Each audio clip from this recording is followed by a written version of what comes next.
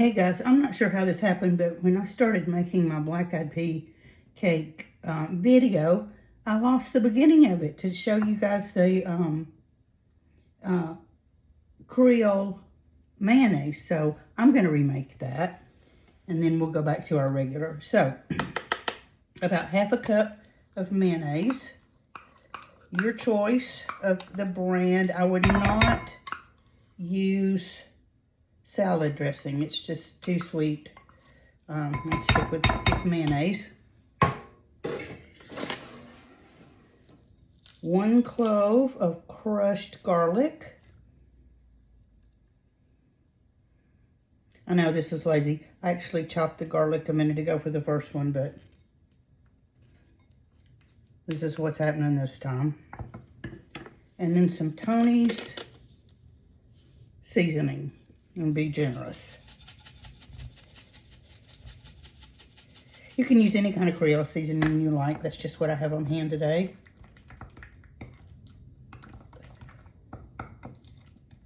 A little more.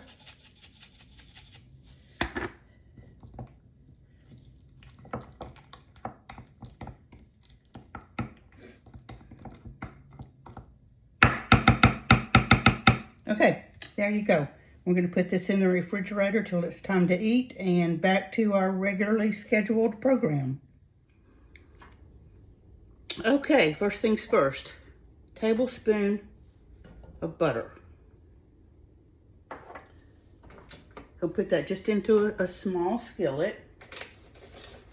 Get the butter all melty.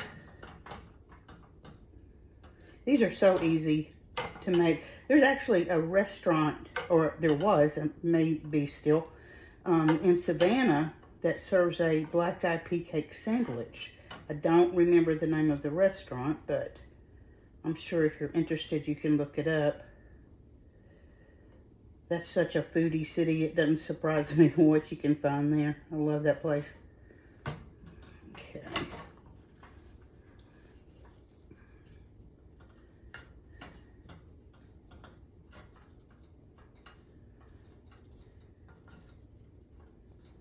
Okay, get our butter all melted.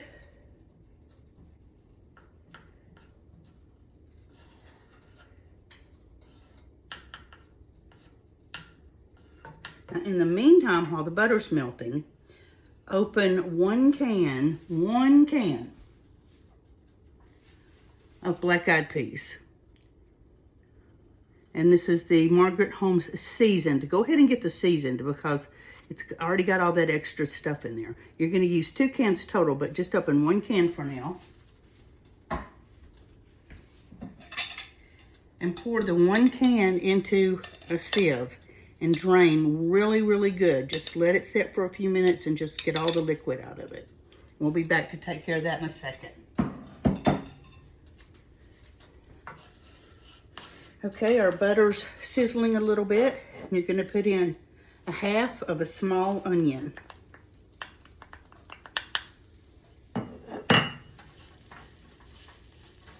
Start softening that.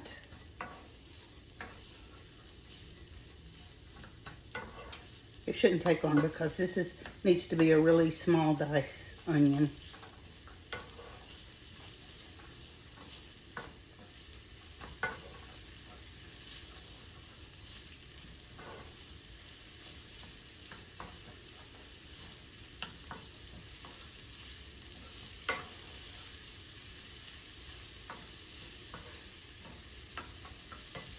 And 1 clove of small minced garlic.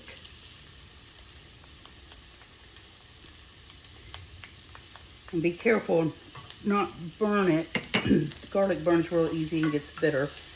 So just keep it moving around just for a few minutes. You can see that the onion's getting a little bit translucent.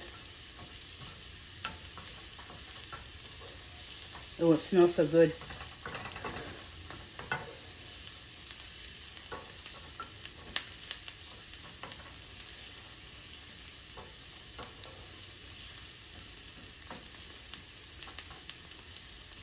Okay, that's really about all you need. So just turn that off for now.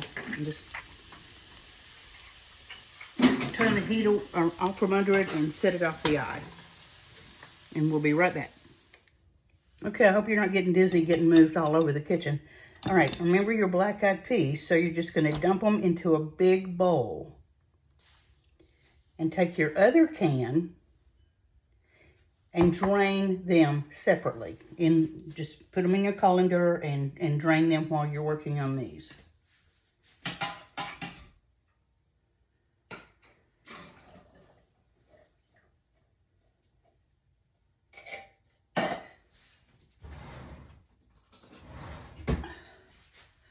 Okay, while those are draining, get a fork and just mash these up really good.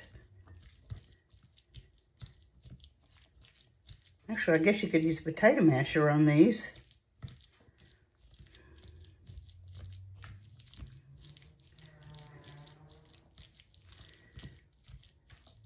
Just keep mashing. You really just want to paste.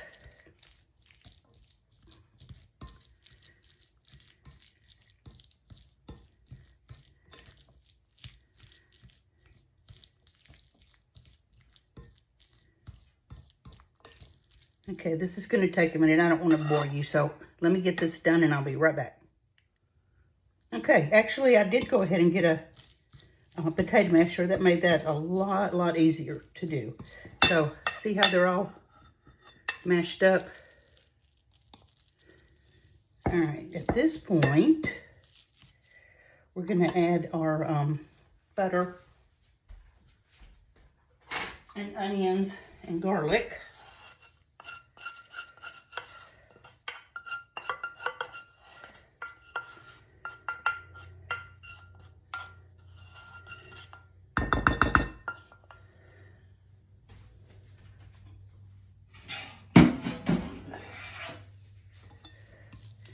Stir those around.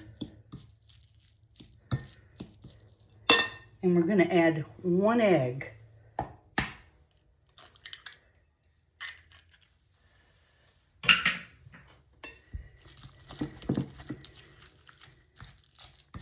Mix all that up.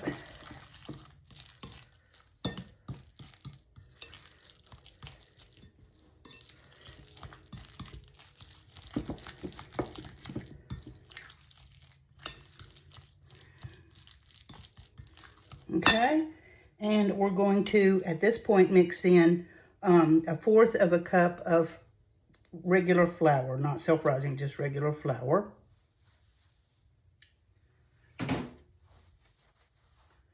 And 1/2 cup of cornmeal. And mix that up really well. Get this out of the way.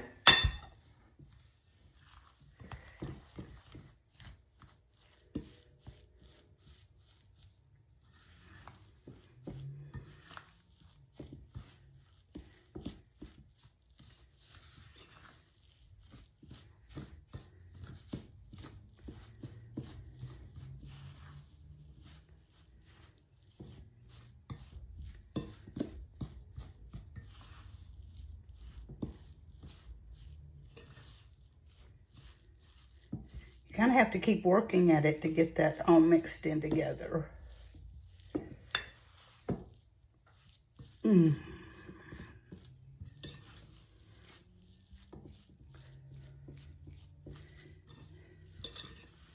Okay, now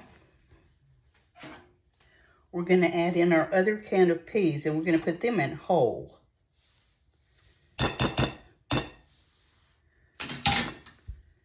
Just fold them in, try not to break them up a whole lot. These are pretty tough, so that's not hard.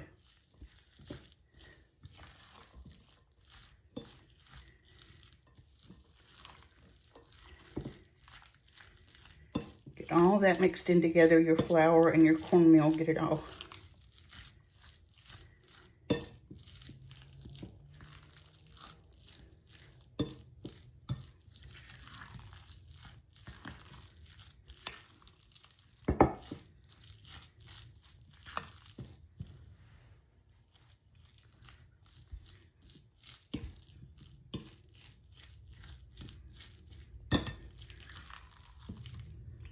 Okay, you can see it's kind of, the batter's kind of thick. It's not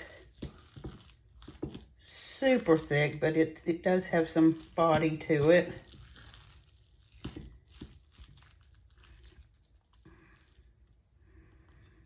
Okay, let's get you back over here so you can see the stove.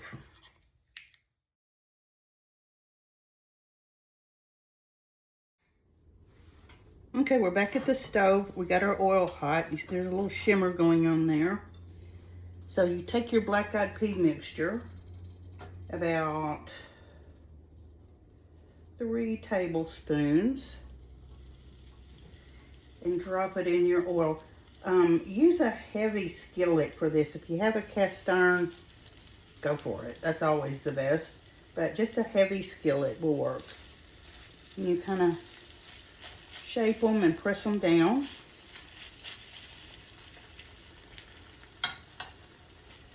Obviously, you're going to have to do them in batches.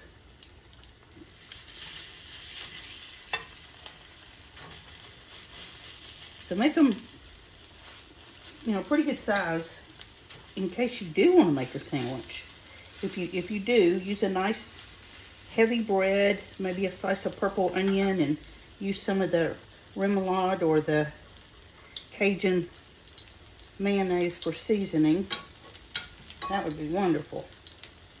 Okay, let those cook a couple minutes.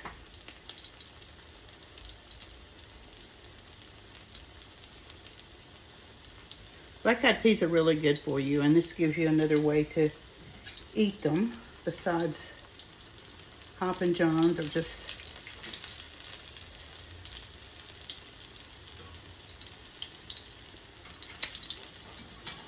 for some reason my skillet's wanting to stick lately.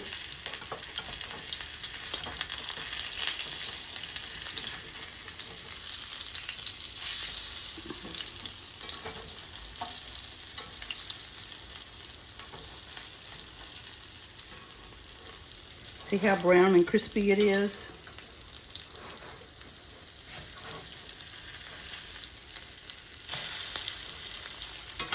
They almost look like a salmon patty.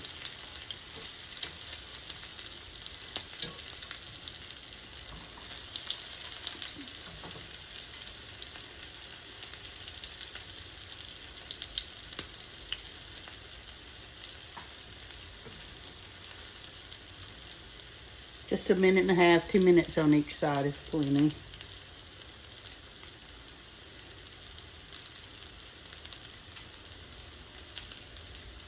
Now, if you want to make these finger size, you certainly can. Just make them a little smaller. Just finger food size.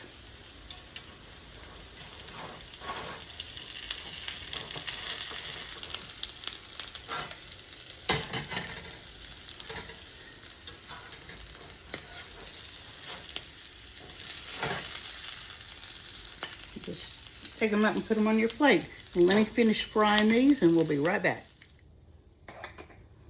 Okay, here we are all done. See how quick that was? They're all, the cornmeal gives them a crispiness that's really nice. I didn't fry these real hard. I just didn't want them real hard. But if I were going to do them for an appetizer for just a small bite, I would do a little more brown on them.